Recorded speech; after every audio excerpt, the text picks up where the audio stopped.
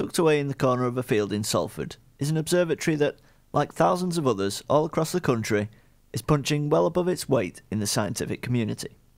However, despite their contribution to our understanding of the universe, astronomical societies like this one in Salford are under threat from lack of funding, lack of members, and light pollution.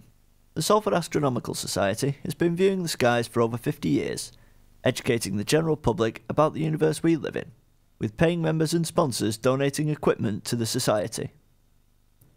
The main telescope of the society was donated by the Jodrell Bank Observatory, and was once one of the largest privately owned telescopes in the country. Another telescope was donated by a keen amateur astronomer who had converted it from an old submarine periscope. Amateurs are relied on quite heavily in astronomy, unlike with many other sciences.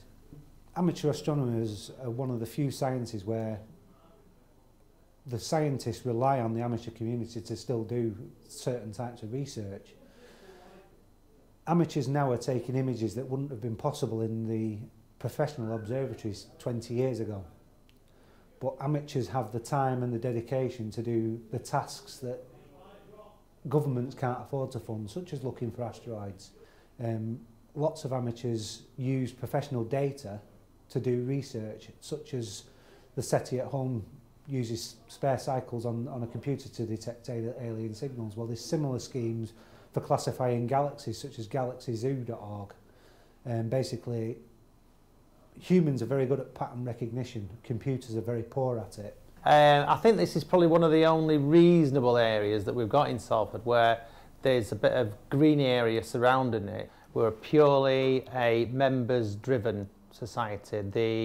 The money that we get from memberships and from the members paying on a weekly basis towards the heating and the lighting, that's where our money comes from. The biggest problem is light pollution, especially in this area.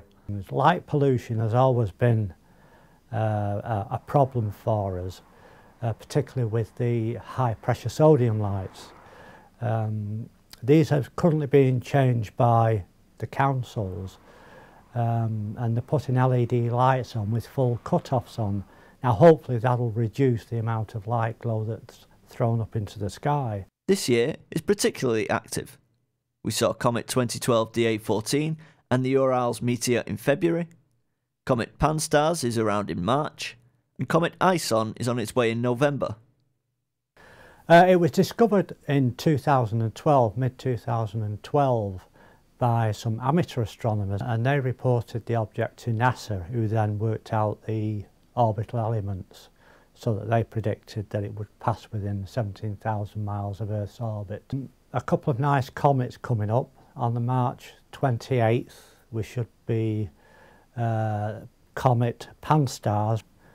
Then later on in the year we've got what may even be an even greater amount by the comet of the century in Comet ISON, which is currently out beyond the orbit of Jupiter. So we're still currently looking at the moon at the moment.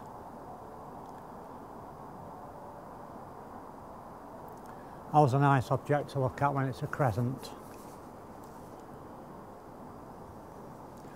The other thing we can see from here is a great nebula in the belt of Orion, which we slew the object to. This is Andrew Scott for Keys TV News.